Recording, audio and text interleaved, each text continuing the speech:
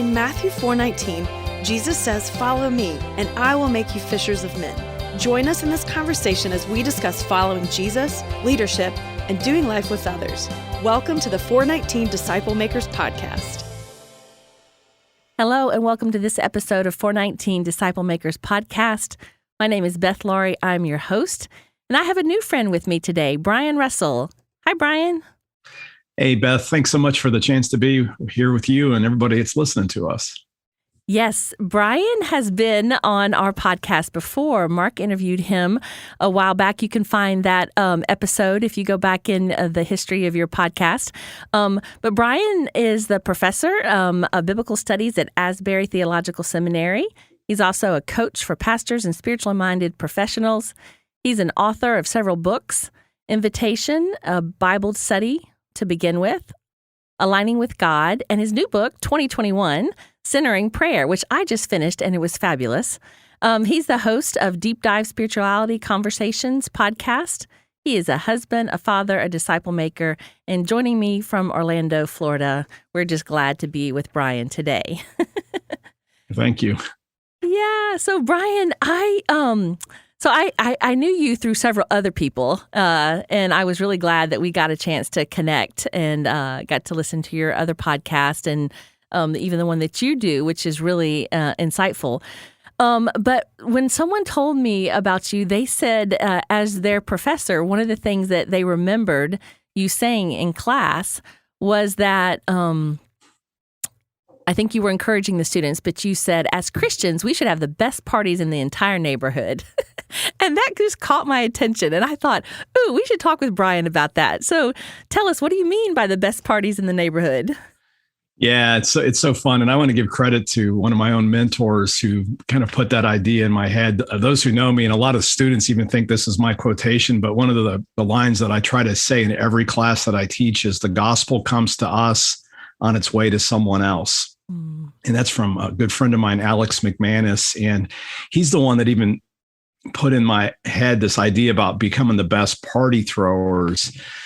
And essentially, the point of that is when we think about becoming a church that engages our communities, we sometimes make it hard. And so, most churches have like a missions committee or an evangelism committee. And that's okay, but that gives us this false idea that there's just certain people that have the gift of evangelism or the gift of missions. And, perhaps some people are a little better at that, but here's the key thing, which is behind that idea. Sharing our faith isn't a gift that we get from God.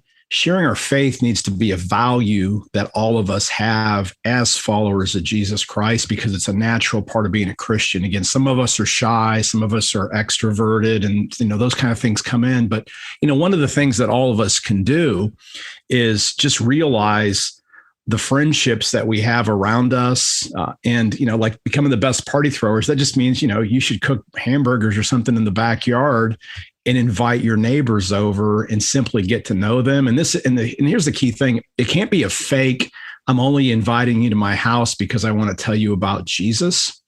There's a balance, because obviously if you never share your faith, it gets harder and harder too, because you only wait 5 years after you meet somebody, right? So it's got to kind of come up naturally. But you also want to recognize that even if a person, like say your neighbors aren't interested, it may just mean they're not interested yet. And so you don't just check them off the list and don't invite them the next time to the barbecue. I just think it's great to get people together because we're human beings. And in our world, we have all these polarizing pieces, red, blue, we go by colors, economics, all kinds of things. When in fact, if you want to find the common denominator of every person, whether it's a Christian or non-Christians, is we're all humans, which is, sounds completely obvious, but that's what we forget. So we make everything really complicated. So learn to invite people into your life. It doesn't have to be a crazy party, but it should, a party, just invite people over and love them and give the gift of hospitality. And if you want to make an easy way to kind of open things up to a bigger conversation, maybe throw a party with a cause behind it. Hey, it's Christmas time, let's get together as neighbors, and why don't we all donate a little bit, like, maybe have like a donate to the Salvation Army, donate to a homeless shelter. And so give it a little cost to the party. Because what I really think, we believe, as Wesleyans, we believe in prevenient grace. And so when a person opens themselves up a little bit to what God's trying to do in the world, I believe they're getting a step closer to getting to know Jesus. And so if we could even get our neighbors who maybe not have any faith at all, and they donate something to something really profoundly good, that's moving their hearts. That's opening themselves up just a little bit to grace. And that's our role. And so I can stop there, but that's the idea. It's just to make sharing our faith natural and not this gift that only some people have. And in some churches, we just think it's the pastor's job to try to convert people. And I know as a super introverted pastor, it's like, I'm not naturally gifted at things, but you know what I can do? I can invite my neighbors over for dinner and just love them. I just love this so much because it's fun. It's just fellowship and getting together. And like you said, you can still want to, when the time is right and the Holy Spirit allows in a natural way, to share who Jesus is to you and that prevenient grace that you can trust.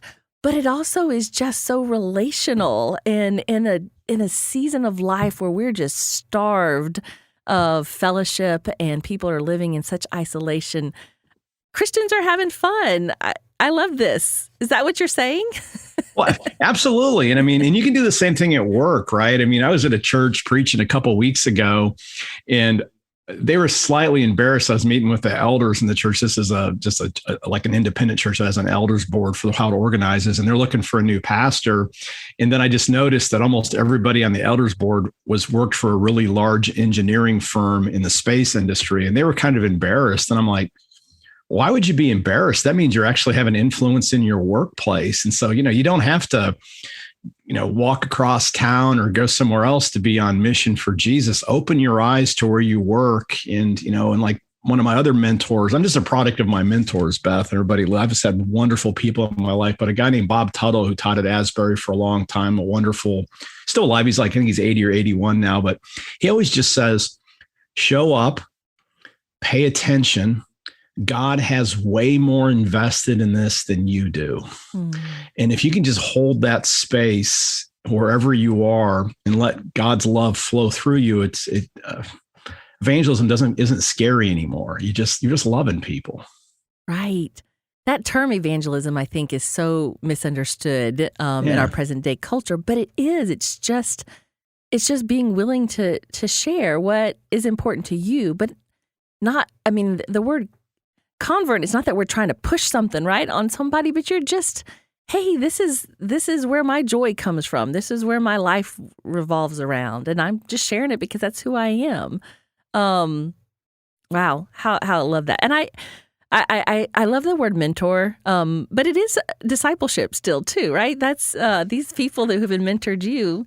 They've discipled you. They've poured into you, of which... Yeah, that would be the Christian word for it, for sure. I just, it's so funny. I'm so deep inside the Christian system that I don't even think about that. But yeah, these are the folks that discipled me and taught me the way of Jesus by how they walked and lived themselves, right? So it's, and I could just go on. I was just making a list in my journal of all the people that have mentored me in the way of Jesus, all the way back from my Sunday school teachers and my little tiny Methodist. I know that Pisgah's a really big Methodist church. I just grew up in a little tiny kind of normal sized Methodist church up in Ohio. And I can still remember my Sunday school teachers from when I was in kindergarten, which was a long time ago. That is good encouragement. Yeah. That's what this podcast is all about, is about being willing to just share what you know about Jesus with someone else so naturally. And you can see those people in your life, and we can also be those people in someone else's life. And it's natural. So thank you for reminding us of that we can just be ourselves in that. So I'm really just digging this idea of having great parties, because sometimes in our discipleship model, we can be busy I'm looking for someone who's serious, who's ready to go deep, and I'm going to pour into them, right? And we sort of exclude all the people who that prevenient grace hasn't happened to yet, right? Like they haven't been, the Lord hasn't drawn them into that place of depth yet. And so the parties is a great way to build relationships, as you said, make it a warm place of fellowship and fun. So you hit on this a little bit because I really like the Salvation Army or some sort of purpose. I think people do like purpose.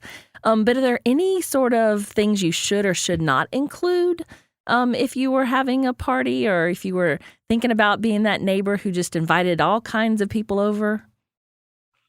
Yeah, I'm not exactly sure what you're talking about in terms of not include. I mean, I think you should just include, make sure make sure everybody gets, if the neighbors don't know each other in our world where, we have these houses that could be on top of each other. You don't even know the folks. So make sure you maybe include some times for introduction. So find some way to let people introduce themselves. Again, I'm not picturing you have like a block party. I mean, though you could do that if you had the capacity and you had the energy to do that, but I'm usually thinking of kind of smaller things. So I would include some intentional questions to get people to know one another, maybe include, if you're going to do it for some kind of a cause, you don't have to make a big pitch, but this would be the real subtle way to invite people to something more. You can just talk about, hey, we're donating to this. Let me tell you why I'm passionate about it. And it doesn't have to be a conversion speech or a gospel message. You can just talk about, I want to live for something bigger than myself. And I just want you to know there's other people that are interested in these things as well. If you'd like to know more, I'd be happy to have a conversation, but, I'm just super grateful for you. And I'm hoping to hear your story today. So it can be really subtle. So you want to be intentional and have a plan. I wouldn't pull out, the 4 spiritual laws or however you want to do that, but just let it be natural and let it flow. Because the most important thing, and this will sound kind of odd, so I'm going to ask everybody's forgiveness in advance for saying this, but when you get pulled in to church long term, and I'm a person that's been in, long term. My parents started taking me when I was 5, and I'm 52. Right? It's sometimes we forget how to act around non-Christian people. So in a sense, again, this is the part people got forget. We have to learn how to act normal, and we have to drop some of our vocabulary that other people might not understand.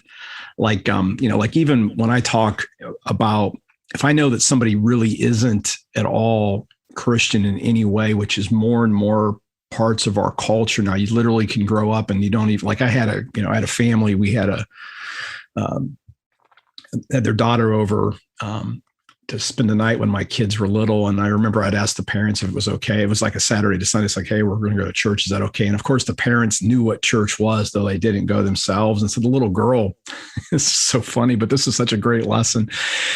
We're getting ready for church and we're getting ready. She goes, isn't it kind of early to go to church? And I'm like, what are you talking about? She goes, aren't we getting chicken for lunch? She thought it was church's fried chicken. That's what the whole thing was in her mind. And I'll never forget that. And I was like, whoa, here's a upper middle class kid whose parents are both very successful, who associate church with a fast food restaurant. And so there's so many of our little phrases that we naturally say in church, and these aren't bad. It's part of the enculturation.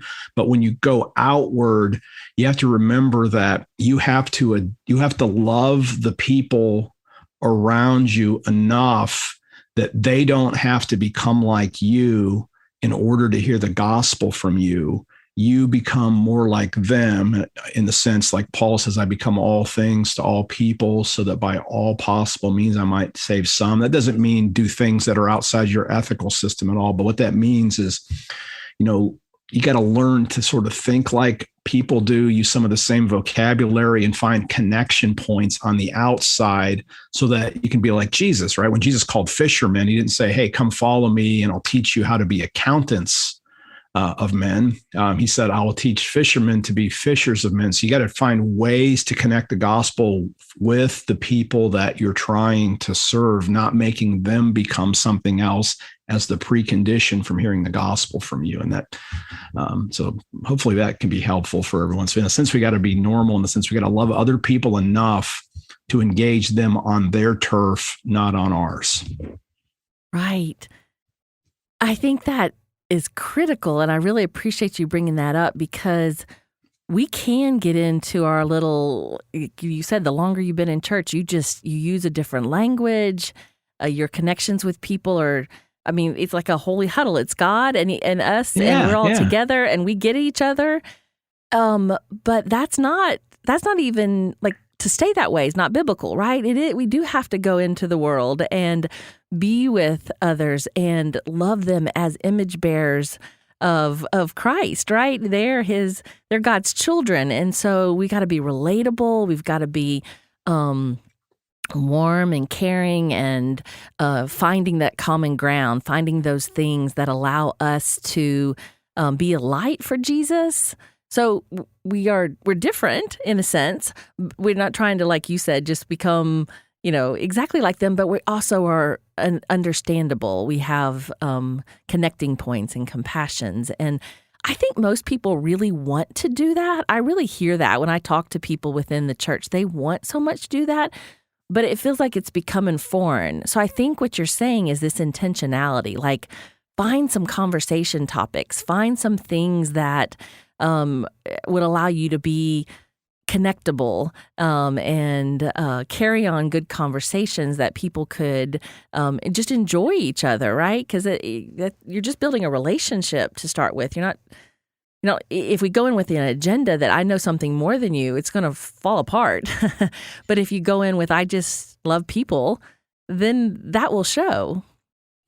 Absolutely. And it's even things like you can ask questions that are kind of interesting. Like I'm a coach. And so I find coaching questions to be really powerful for other people, because, as soon as a person feels like you have an agenda and you're trying to get them to say something else, you can lose a person. But if you ask questions that helps another person to imagine a bigger and better future for themselves, and let's just be frank, if the gospel is true, there's no bigger or better future than what the gospel actually offers somebody. So sometimes it's interesting just to invite somebody to say, like, what fuels you right now to allow you to be your best self in the world, and just hear what people say. And you'll hear them, maybe talk about different things. Then you can talk. They like, well, what about you? And then, you still, that's not the point to go all in and like just run through a whole gospel presentation, but you can talk, I just really feel, a deep spiritual connection. And so I love reading. You could say, I find hope in the Bible, and just make it real subtle, not like a turnoff, but you've let them talk first and you're not trying to correct. You're just sharing yours,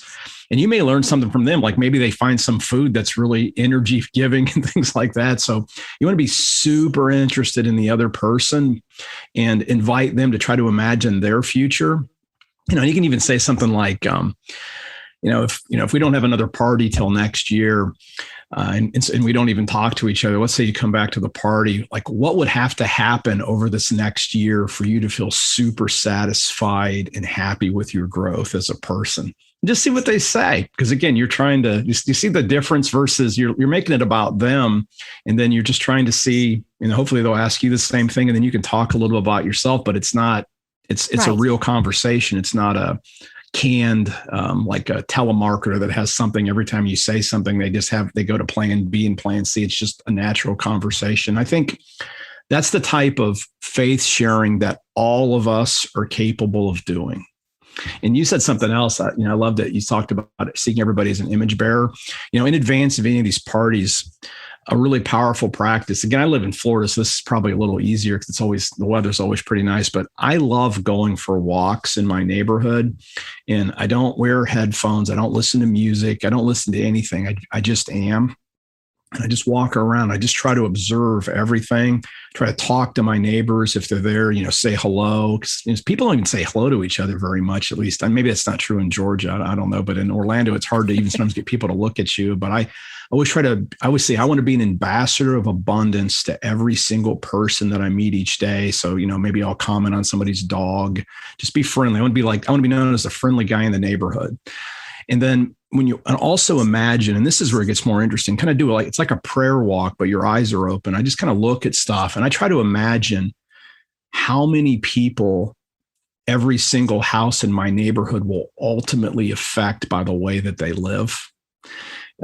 So in other words, like imagine like every person, you can go out like 100 years and just think of all of the souls that could be touched by each of these people.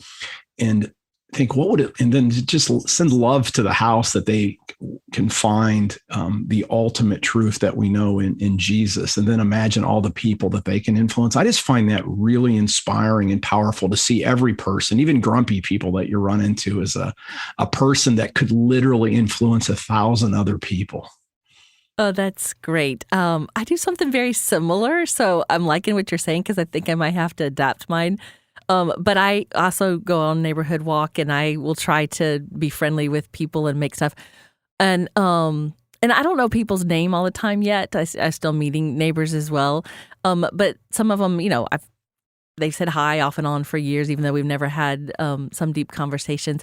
But I've told myself to get excited, like to say to God, look, here comes my neighbor, the one that you love so much, like to get excited about this person, of who they are, because they're God's child, and to almost have that same love that he would have for them just because he created them, right? And I like what you're saying, because then to take it even further, and this is a person who is a soul and will affect other people's lives. Oh, that's really good. That I appreciate you encouraging that, and I appreciate you encouraging us just to ask questions. I do think people like to talk about deep things. I hear people get exhausted with small talk, so they like it when someone sort of asks something that's a little bit different or deeper or shows interest in them. I think they respond very well. So it's not like you're probing them, right, to find out all their beliefs, but you're just asking them and admiring. I even hear that in your words, just to admire what you can about what they are sharing with you, and wait for the time that you might be able to share something of yourself with them, of just who God is to you. No, that's right. I mean, there's that old saying, if you want to be interesting, be interested.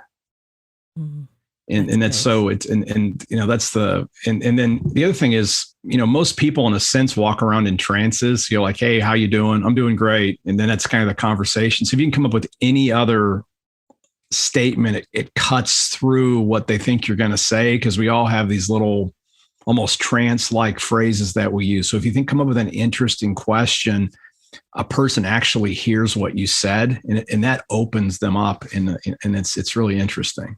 Oh, yes, it does. Well, I think as disciples of Jesus, we sort of have these, three spheres, right? We have our relationship with the Lord. We have our relationship with the body of Christ, other believers, those within our small groups. And then we have this relationship with the world, with unbelievers, or with those who may not be unchurched or whatever. So I wanted to bring up your book, Centering Prayer, of which I so enjoyed, Brian.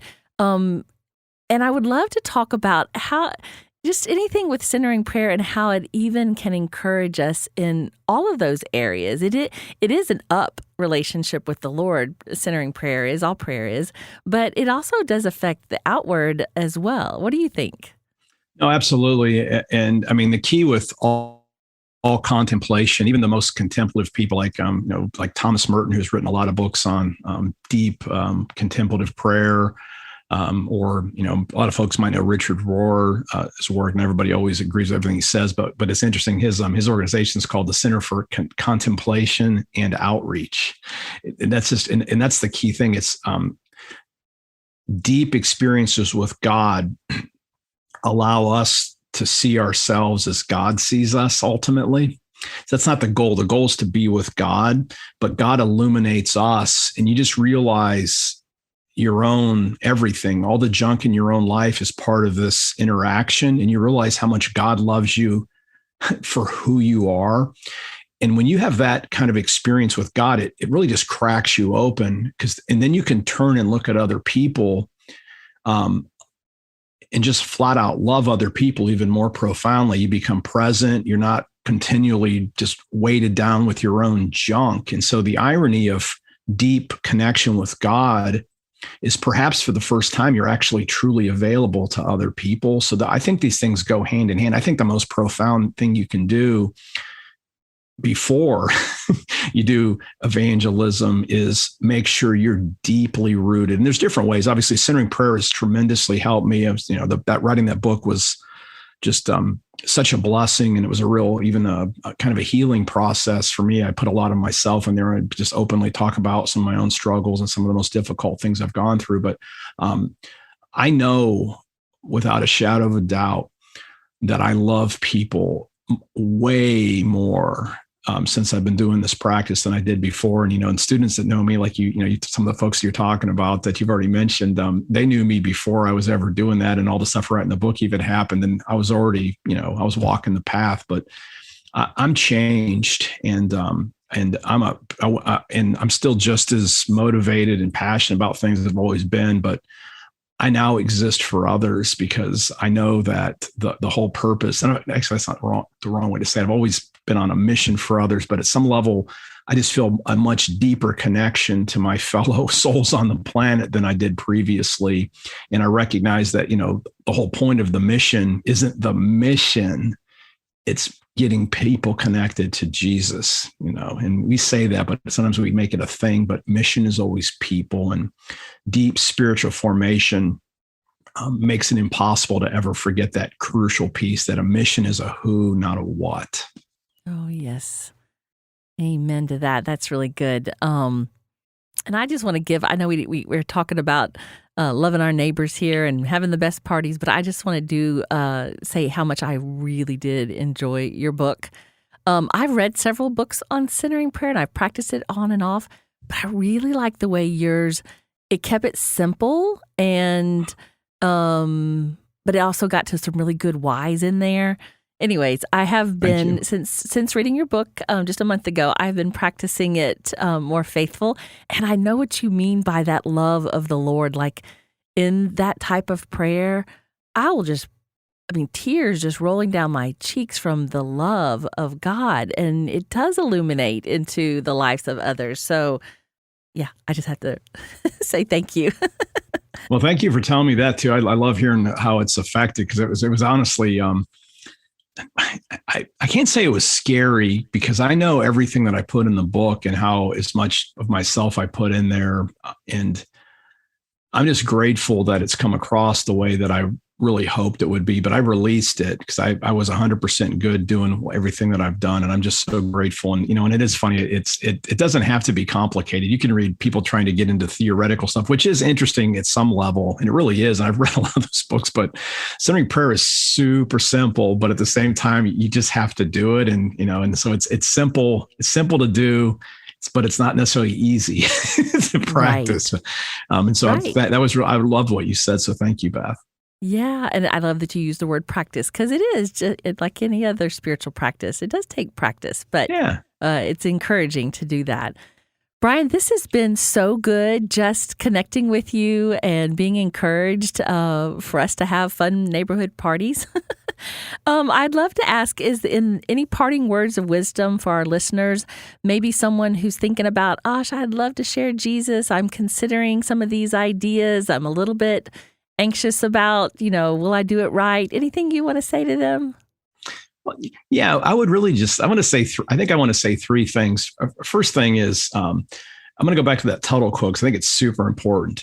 Show up, pay attention. God has way more invested in this than you do. And that's not to put pressure. That's to release the pressure. All we have to do is show up and be the person that God's created us to be, right? And that there's, you're planting seeds. You're not the one that saves anybody. God saves people. So all you have to do is be a clue. You don't have to be the final answer, because that's God, right? So just be a clue. So show up, pay attention. God's got way more invested in this than you do. And then I think that was two things right there. Then the other thing I was just going to say is, another way to take a lot of pressure off yourself and just to show up is just, don't, a lot of times we have regrets. I wish I would have shared my faith with you. Just imagine when you find yourself in any place, God has guided you to these places. And I'm not saying that, our lives are under control, or that we don't have some kind of ability to make choices. I'm not saying that at all. But whenever we find ourselves at any moment, like one of my things I started doing this year is every day I wake up, I'm 52. And so I'm like, okay, I'm not a baby anymore. So it's not like I'm starting today as a baby. I'm starting this as a 52-year-old man. And obviously I've made mistakes, but I've gained tremendous wisdom and lessons. And I'm exactly here by God's grace. So the past is gone. And so every day I just think, today is the first day of the rest of my life. I want to live wisely. I want to love generously, and I'm going to walk the path that God puts in front of me, and just keep it simple. And just keep it simple. Don't live in the future. Don't live in the past. Just allow yourself to show up and be God's person. And I think that's the way to be astonishing in our world, because there's so few people that actually live like that. Oh, that is so true and so good. And I think you really did a great job of taking off the pressure and just allowing us to love our neighbors and not overthink it. I love the holding space that God does have a lot more in it. So that is comforting. Thank you, Brian. You're welcome. It has just been a joy. I encourage you guys to reach out to Brian if you can, to listen to his podcast. It is Deep Dive Spirituality Conversations. Also, check out his book on centering prayer. Maybe Brian would come and down to Atlanta sometime and talk to us more about that. We'd love to have him here.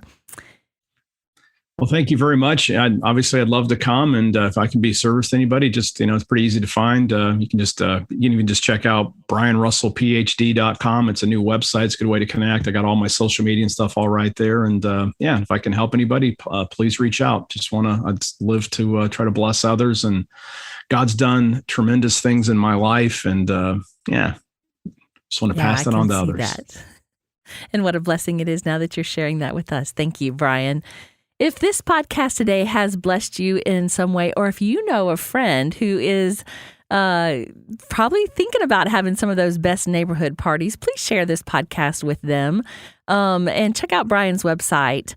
And just remember that you, just where you are, is where Jesus wants you to be today. And so be present to those that are around you, like Brian encouraged us. Until next time, we'll see you then. For more information, check out our website, 419disciplemakers.org.